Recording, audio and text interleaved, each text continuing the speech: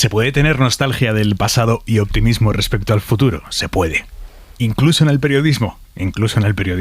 O al menos eso es lo que defiende María Ramírez. Buenas noches, María. Muy buenas noches. Gracias por venir a Hora 25. Muchas gracias por invitarme. Periodista, subdirectora de eldiario.es, ex corresponsal en Nueva York, en Bruselas y autora del libro El periódico, 25 años de auge y catarsis del periodismo en Internet, publicado con la editorial Debate. María, hay mucha nostalgia respecto al periodismo. Hay un sector del periodismo que vive pegado a la nostalgia. Desde luego tendemos a pensar, sobre todo cuando llegan periodos turbulentos, que hay una edad dorada del pasado donde todo era más fácil, donde el periodismo jamás se equivocaba y las redacciones eran un remanso de paz. Y aunque es cierto que los ritmos eran más tranquilos en la era del papel o donde Internet todavía era algo incipiente, la verdad es que el periodismo ni era tan perfecto ni ahora tiene tal vez tantos defectos como a veces en los peores momentos lo vemos, ¿no? Al final Internet ha sido una herramienta con la que llegamos mucho más fácil a nosotros a las fuentes. Obviamente el público también puede interactuar y hay labores como la comprobación de los hechos que son más sencillas a veces en esta era. Pero es inevitable, nuestra generación, los que tenemos 40 y tantos, que tengamos cierta nostalgia de ese momento donde el periodismo pues era algo más físico, más tranquilo, y eso no quita para que sigamos siendo optimistas. Eso te iba a decir, que tú dices, soy nostálgica pero optimista. ¿Eso cómo se conjuga? Creo que está bien tener el valor, y de ahí viene un poco la idea del libro, de saber de dónde venimos, y también ahí está el origen de algunos de los problemas que tenemos ahora, y está bien apreciar el pasado y lo que eran los periódicos y también documentar un poco la historia, que esa era la idea del libro, de la evolución de la prensa en Internet. Pero a la vez hay que mirar hacia adelante y obviamente pues lo ideal es que la historia nos sirva para entender lo que está pasando, pero para mejorar o no cometer errores. Por eso esto de nostálgico y optimista, que en realidad fue una idea que se le ocurrió buena a la editorial. ¿Cuáles crees que son los grandes hitos en la evolución del periodismo en España en los últimos 20 años, en la evolución desde el mundo papel al mundo prácticamente ya todo online en el que vivimos hoy? ¿Cuáles dirías que son las tres fechas, los tres puntos de inflexión claros? Desde luego, el cambio de siglo entre esos finales de los 90 y cuando, digamos, el boom de los negocios en Internet, no solo de la prensa, parecía que era una grandísima promesa, por lo menos hasta el hundimiento de la primera burbuja aquella de Internet. Ese momento en España la verdad es que fuimos muy pioneros y de hecho se sigue notando. Es muy peculiar, sobre todo comparado con otros países en Europa, que España es uno de los pocos lugares donde hay muchos medios nativos digitales, también medios tradicionales con versiones digitales que son influyentes. No es algo que suceda en Italia, no es algo que suceda en Reino Unido. En Francia sucede, pero de una manera también más minoritaria, no es algo que sucede en Alemania. Realmente somos especiales y tiene que ver, creo, con ese momento también de grandísima competencia entre el país y el mundo, que empezaron muy pronto también con sus webs, cuando casi no había audiencia, pero tenían una rivalidad tan intensa, tan personal, que se volcaron en este nuevo formato, compitieron por la tecnología, compitieron por los equipos humanos. Y eso, que en su momento fue muy dramático, en realidad fue bueno, porque hubo una inversión temprana para algo que en realidad pues todavía ni siquiera era tan importante. No había tanta gente para mirar esas webs, pero era solo el acicate de ser el primero y de ganarle al de al lado, ¿no? De hecho, hubo equipos humanos que un día estaban en uno de los dos diarios y al día siguiente estaban en el otro. O sea, aquello fue una guerra brutal. Claro, esto se olvida y mucha gente no lo sabe, ¿no?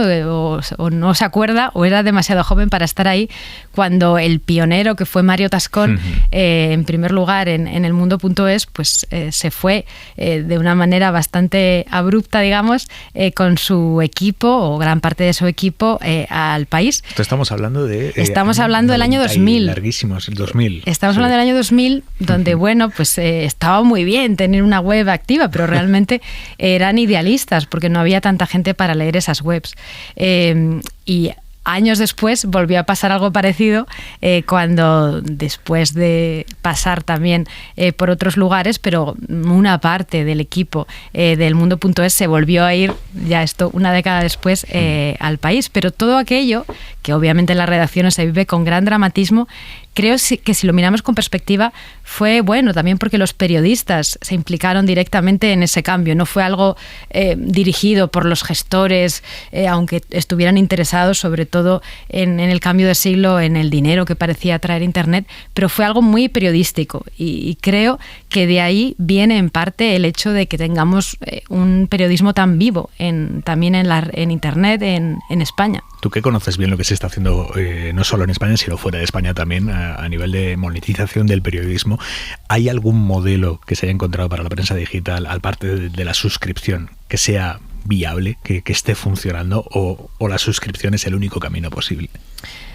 Único no diría, porque bueno, esto es un poco prueba y error, y lo que ahora vemos es la tendencia actual. Es verdad que en la primera fase de evolución de la prensa en Internet, tanto en España como en Estados Unidos, que siempre la referencia, pues se apostó mucho por la publicidad, igual también que por otra parte lo que pasaba con el papel, con los diarios impresos, dependía mucho de la publicidad. Pero se ha visto que no es suficiente o no es sostenible, no da el mismo tipo de ingresos que daba la publicidad en papel y a la vez obviamente está sujeto a más presiones de anunciantes, de gobiernos que se anuncian. Pero yo tampoco diría que es un modelo único de suscripción. Estamos viendo pues que hay distintas formas de apoyo de los lectores, de los oyentes. En Estados Unidos es muy habitual que las radios, por ejemplo, pues tengan a muchos oyentes que apoyan, pero por el realmente gusto de apoyar, y bueno, te regalan una bolsita una vez al año y tal, pero no mucho más. En realidad puedes escuchar casi todo el contenido. Y en las suscripciones a la prensa escrita también pasa un poco lo mismo. Hay distintos modelos. Hay modelos más cerrados, donde realmente no puedes leer nada, y otros modelos como el diario.es o como el Guardian, donde la idea es que tú... La cuña aquí, perdón, es que es el ejemplo en España, pero bueno, hay otros ejemplos también en España. Están modelos como El País, por citar otros diarios, todos exitosos, por cierto, como El Confidencial, como El Mundo, donde hay claramente una transacción más clara de, bueno, pues pagas por un número, pues si quieres leer a partir de un cierto número de historias, y luego otros modelos de un poco más de apoyo genérico. No sabemos cuál es el mejor, ya veremos, pero la buena noticia es que realmente sí que hay una audiencia pagando y apreciando lo que hacemos, que creo que eso es algo que en España parecía imposible. Había muchos escépticos. En España no se paga, en España no se paga. La pandemia lo ha acelerado, pero creo que es algo que ya estaba pasando. Te veo optimista de verdad. Eso está bien. Bueno, hay que intentarlo. Luego, obviamente, no creo tampoco que sea un modelo que vaya a funcionar para todo el mundo, y seguimos viendo redacciones en condiciones precarias. No sabemos qué nos depara, porque también estamos ahora mismo en una situación más turbulenta económica de la que esperábamos, tal vez. Pero bueno, por lo menos vemos que hay un atisbo de redacciones que todavía pueden funcionar. No creo que esto vaya a ser un gran negocio, como tal vez lo era antes, como era hace 20, 25 años el negocio de la prensa, pero sí al menos un negocio sostenible para tener redacciones con recursos suficientes, o eso debería ser, y a eso deberíamos aspirar. ¿Soy optimista? Pues intento, pero también es verdad que en España siguen faltando recursos en las redacciones. Tú que conoces bien los modelos de consumo, las métricas por dentro del consumo de los diarios, ¿qué te dicen a ti esas métricas? ¿Cuáles son las principales conclusiones que sacas sobre lo que dicen los números de nuestro consumo de información en medios online? Desde luego, España es un ejemplo de consumo en móvil más alto que en nuestros vecinos. ¿En qué porcentajes estamos? Estamos en más del 80%, y además llevamos así años. O sea, realmente, si miras los datos, los lectores o los oyentes, porque obviamente estamos todos ahí, hicieron la transición antes que los periodistas, que al final los periodistas tendemos a mirar siempre pues el ordenador muy grande, el cuadrar un titular en la prensa escrita. Estamos obsesionados con eso, y los lectores hace mucho que no ven nuestros medios ahí, lo ven en una pantalla muchísimo más pequeña. Eso está muy claro. Y luego yo diría que también los datos también de consumo interno, no vemos que los lectores se lancen por las noticias ligeras o tontas, ¿no? Un poco que a los que estábamos tal vez acostumbrados en la era en la que todo era un clic detrás de otro por la publicidad. Por lo menos lo que vemos es que cuando le das al lector calidad es lo que acaba consumiendo de una manera u otra. Realmente tiene mucho que ver lo que le das con lo que consume. Y una cosa, por ejemplo, que hemos notado en el medio en el que trabajo es que se consume... Puedes decir el nombre. Bueno, en el diario.es es que se leen mucho las entrevistas. Las entrevistas de todo tipo, que obviamente es un tipo de contenido que es tuyo, porque no lo has copiado a otro sitio, claro. Has hecho tú la entrevista. Con lo cual, pues también me da esperanza, que no necesariamente son las palabras clave que te dice un algoritmo. Realmente es algo muy actual, que sea un servicio público, como hemos visto obviamente en la pandemia, que es el caso más radical de información, pero a veces también algo especial. Eso es lo que vemos que se lee más. ¿Hasta qué punto condiciona nuestra forma de hacer periodismo el hecho de ver con números qué es lo que mejor funciona y lo que no? ¿Qué es lo que más pincha la gente al entrar en determinada web o lo que no? ¿Qué es lo que más se comparte en redes sociales y lo que no? ¿Hasta qué punto eso nos condiciona y nos puede hacer caer en un pequeño cuadrilátero de lo que se consume es esto y todo lo que quede por fuera podría generar muy buenas piezas periodísticas, pero no van a ser leídas, no van a ser escuchadas y por lo tanto no vamos a invertir en algo que no va a tener después un eco relevante? Es un riesgo y cada día es una apuesta para cualquier redacción porque pues obviamente todo el mundo quiere que lo lean. Al final es algo tan sencillo como eso, es lo que queremos los periodistas, todo el mundo quiere que lo escuchen. Y creo que está bien tener los datos a mano, saber sobre todo lo que no interesa. Yo diría que es más que lo que interesa, esto hablamos bastante en la redacción. Hay que fijarse un poco en lo que recurrentemente no interesa y si es algo importante pensar en qué vuelta le tienes que dar para explicarlo mejor, si realmente crees que es algo que debería interesar, porque bueno, pues crees que es algo importante para la sociedad. Y hay temas difíciles, por supuesto, que a veces se leen menos. Pero desde luego yo creo que a veces también nuestra experiencia nos indica que algo que está fuera de la conversación, algo original, diferente, es justamente porque es diferente, es lo que a lo mejor de repente pues se lee o se escucha más. Y obviamente pues hay que estar siempre un poco pendiente cuál es la actualidad, lo que pues ahora hay que inventarse historias sobre la ola de calor, porque realmente es de lo que está hablando todo el mundo. Tampoco puede ser ajeno a lo que afecta a la vida diaria de las personas, que esto creo que es algo que también nos enseñó a golpes la pandemia, que al final pues es fácil caer en muchos debates sobre la política, los políticos, y bueno, pues es entretenido y se nos olvida un poco las cosas más básicas, y de repente la pandemia nos hizo centrarnos en las cosas más vitales y más básicas para la gente. En esta era de las redes sociales, una cosa es la marca del medio, pero si hay algo que ha crecido mucho es la marca del periodista, la marca individual del periodista. Mucha gente dice, yo no leo tal o cual periódico, sino que leo a este periodista. ¿Se ha reducido la dependencia del periodista respecto a la mancheta en la que escribe? Diría que en redes está claro que sí, porque los periodistas tienen una voz propia y bueno, puede ser positivo porque también hay más contacto directo con los lectores, con los oyentes. Pero cuando hay una noticia importante, al final creo que sí que pesa la marca, el prestigio un poco de lo que hay detrás.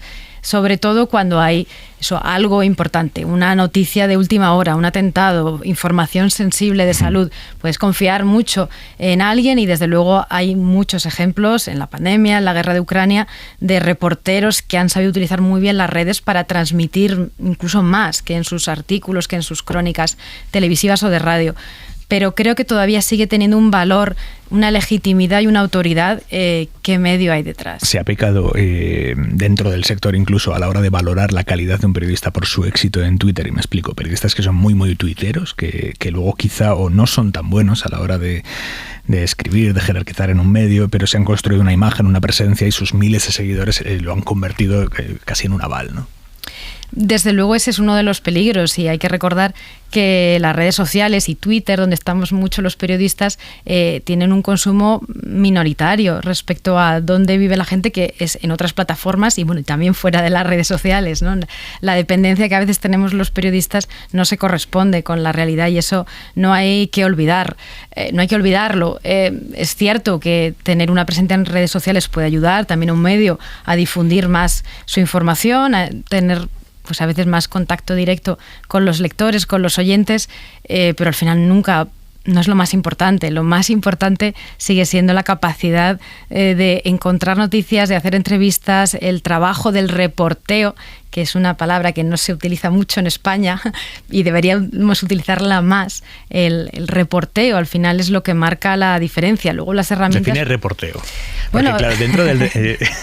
no hay una palabra más usada con distintos significados que el reporterismo. ¿Qué entiendes tú por reporteo? Es ir a la calle, hablar con gente, entrevistar a alguien, no necesariamente tiene que ser en la calle, también puede ser por teléfono, es ir a ver algo, viajar para contar una historia, es contar las cosas después de haberlas examinado, interrogado, de haber hecho la labor previa básica, que es preguntar, intentando superar, si se puede, tus prejuicios sobre lo que opinas de algo, intentando conseguir el mayor número posible de entrevistas, de datos, para luego escribir, hacer tu crónica. Esa labor que en Twitter, en cambio, pues no se puede hacer, aunque a veces puedas mandarle un DM a alguien para que te quedar para una entrevista, al final es lo más básico y es lo que todos queremos, creo, los medios queremos de un periodista, que está muy bien que luego tenga un altavoz en redes, pero al final lo valioso es la información que puede hacer y eso al final se hace con lo más básico, no se hace poniendo tweets. Yo ando fascinado últimamente con el mundo de las alertas al móvil por parte de los medios. Me parece que es el gran debate que tenemos que tener a corto o medio plazo los periodistas. ¿Hasta qué punto entramos en los teléfonos de la gente demasiadas veces al día, pocas veces al día? Entramos, me refiero, mandándoles una alerta, no pegasuseando, ¿no? Pero no sé si compartes es necesaria una reflexión sobre con qué contenido y con qué frecuencia nos adentramos en las pantallas de quienes han decidido darnos el privilegio de tener nuestra aplicación instalada en su móvil. Sí, desde luego, bueno, cada época en Internet tiene sus problemas y sus excesos y comparto contigo que ahora hay una tiranía de las notificaciones, desde luego para los lectores, que al final algunos acabamos desactivando las notificaciones de medios que nos encantan. ¿Eres de esas? Pero son algunas, reconozco, de algún medio que me gusta mucho, me las he desactivado porque es un poco tortura y eso que para mi trabajo son importantes, pero bueno, tengo la web abierta y lo miro por otro lado. E incluso también yo diría para los reporteros, para los periodistas, porque empezamos a estar un poco obsesionados de esta historia va a ser un push, va a ser una notificación y hay que hacerla muy rápido porque igual que antes llegamos muy rápido a colocarlo en la web, ahora hay que llegar muy rápido a ese móvil. Y realmente es verdad que es útil, sobre todo cuando tienes una relación con alguien que se ha instalado tu app, que está siguiéndote en tu canal de Telegram o otras vías. Está bien mantenerle informado, pero los excesos pues pueden llevar a que deje de hacerte caso. Hay muchos estímulos en nuestro móvil ya y creo que es verdad que esa cosa concreta a lo mejor tendríamos que moderar o utilizarla bien. O sea, no significa no utilizarla, pero utilizarla un poco mejor. Citas a Pedro J., tu padre, director del Español, en el libro, diciendo que cree que el tiempo del clickbait y la búsqueda de usuarios paracaidistas está quedando superado. Ojalá. ¿Lo compartes? Yo, desde luego, por la experiencia que hemos visto también eso en el periódico para el que trabajo, que es el diario.es, sí que creo que los lectores el diario.es nunca ha sido de clickbait, esto es así, pero no veo que que vayas a tener mucho futuro atrayendo a lectores con un titular. El clickbait al final no es solo un titular atractivo, muy a menudo es un titular engañoso, que tú le haces clic y luego pues te decepciona un poco el contenido, no es tal vez lo que prometía. Pues un lector decepcionado probablemente no vuelva más, y desde luego un lector pasajero pues te sirve de poco. Desde luego es más fácil tener este tipo de razonamiento cuando tienes claro lo que quieres hacer, cuando dependes más de los lectores que te apoyan, no tanto de la publicidad. Pues eso es más fácil plantearlo editorialmente así. Por eso, pues si no haces, o sea, renuncias a hacer sucesos, deportes, como en el caso de eldiario.es, pues renuncias a una parte de clics, a una parte del tráfico, pero si tienes claro tu modelo y si estás confiado en que por ahí quieres ir, pues desde luego puede funcionar. No necesitas esos clics de unos pocos segundos, ¿no? ¿Es sana la competencia mediática en España? Yo diría que sí, viéndola en perspectiva, sobre todo, creo que hemos llegado a un momento de gran ebullición, con sus partes buenas y sus partes malas, pero en parte gracias a esa competencia que en cambio a veces no veo en otros países europeos, donde bueno, pues son más lentos, que hablábamos un poco de las prisas son malas, pero también dar una noticia rápido está bien, si está correcta, obviamente.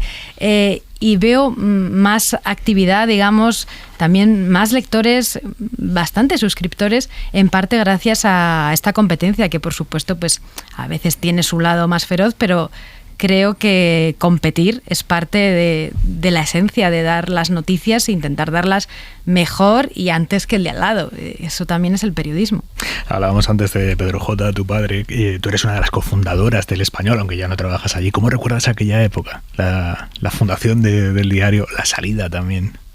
Desde luego, fundar un periódico es maravilloso, o sea, como fundar, supongo, cualquier tipo de equipo, ¿no? O sea, al final es construir desde cero, y en ese momento, además, en el que fundamos El Español, que fue en 2015, era todavía el momento en el que, digamos, la política y la prensa estaba en la poscrisis o saliendo de la crisis, con un poco de decepción de los políticos tradicionales, de los medios tradicionales, y había ganas de cosas nuevas. Y también no solo entre los lectores, los oyentes, también entre los periodistas. Y por eso se cruzaron muchas personas con mucha ilusión, que tenían ya una cierta edad, pero con mucha ilusión por partir de cero y hacer algo diferente, ¿no? Ese es el espíritu que nos llevó.